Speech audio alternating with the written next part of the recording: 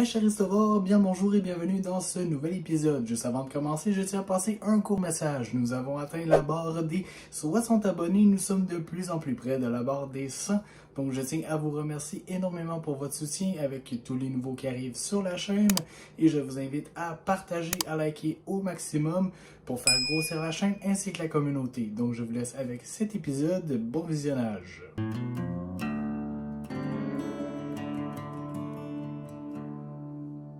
Nouveau-Mexique, 1881. En ce 14 juillet, le shérif américain du comté de Lincoln, Pat Garrett, met fin à la vie d'un jeune criminel. Alors qu'il était à nouveau en cavale, Billy the Kid retourne alors à Fort Sumner, un lieu dont il était déjà connu. Il fut tué de 2 balles de revolver à l'âge de 21 ans. Cependant, encore aujourd'hui, nous ne connaissons pas grand-chose sur la vie du jeune homme.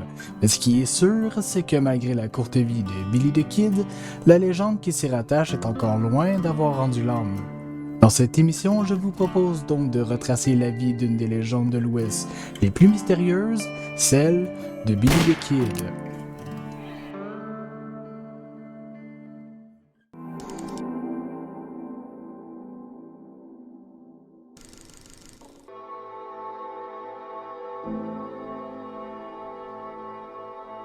Bon, après avoir passé des semaines à faire des recherches sur Billy the Kid, il est évident que je ne pouvais pas trouver toutes les informations, donc il va falloir accepter une certaine part de mystère sur la vie de Billy the Kid, notamment dans sa jeunesse, mais précisément, qui est Billy the Kid? Eh bien, encore ici, son identité, ou du moins sa vie, reste encore très mystérieuse. Lorsque je vous disais que nous savions très peu de choses sur la vie du futur hors-la-loi, ce n'était pas des blagues, car même le moment de sa naissance est encore flou.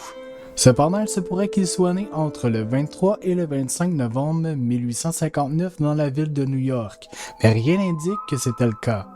Dans les États-Unis du 19e siècle, il n'était pas rare que des individus cachent ou changent leur identité afin de mener ou de retourner à une routine de vie plus louable. Cela se traduit d'ailleurs avec les idées de grandeur de la civilisation américaine, car au 19e siècle, c'est la conquête de l'Ouest. Toutefois, l'auteur Ramon Adams avance une théorie plus réaliste en se basant sur un acte de mariage. Le père du jeune homme étant supposément mort alors qu'il avait que 3 ans, sa mère, Catherine McCarthy, se mariera avec un certain William H. Trim. Lors du mariage, les 2 fils de Catherine sont présents, Joe et Henry McCarthy. Henry, qui serait possiblement Billy, changera alors de nom plusieurs fois dans son adolescence.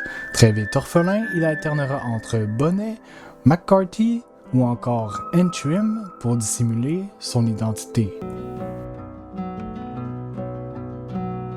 C'est en 1877 que la vie du Kid va officiellement changer au moment où il commet son premier meurtre. C'est lors d'une bagarre dans un saloon avec un certain Frank Cahill que Kid l'assassina d'une balle dans le ventre. À ce moment, Billy the Kid n'a même pas encore 18 ans, il est très loin de savoir qu'il va devenir l'une des légendes de l'Ouest les plus craintes et les plus populaires de son temps. Alors en cavale, il décide de retourner au Nouveau-Mexique dans la région de Lincoln.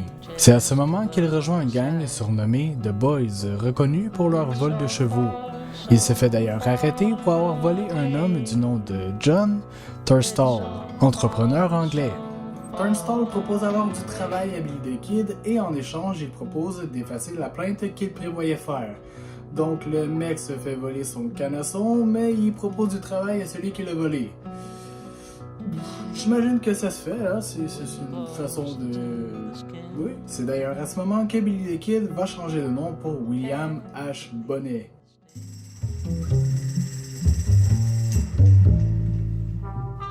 Nous sommes en 1878 et l'employeur de Billy the Kid est tué par le shérif Brady et sa bande qui travaillaient pour un compétiteur. C'est alors que commence ce que l'on appelle la guerre du comté de Lincoln. Les associés de Turnstall, dont The Kid, décident alors de le venger et de former une bande nommée les Régulators. Entre le 8 mars jusqu'au 15 juillet 1878, plusieurs fusillades et conflits s'échangent entre les groupes. Finalement, avec le soutien de l'armée, la bande des régulateurs est dissoute et plusieurs membres sont alors abattus. Cependant, Billy the Kid, doué, arrive toujours à s'enfuir. Nous sommes alors en 1879 et Billy the Kid, encore en cavale, en a assez de sa vie de bandit et offre au nouveau gouverneur du Nouveau-Mexique de témoigner contre un confrère en échange de l'effacement de ses condamnations. Alors qu'il se rend alors aux autorités, John Dolan, l'homme contre lequel Billy the Kid voulait témoigner, est alors acquitté et the Kid est condamné pour le meurtre à sa place. Il s'enfuit alors à nouveau et retourne à son ancienne vie. C'est en 1880 que Pat Garrett devient alors le shérif du comté de Lincoln. Il veut à tout prix capturer le Kid. C'est ce qu'il arrivera à faire la même année lorsque la bande de Billy et ses hommes finissent par se rendre suite à un conflit avec un gang rival.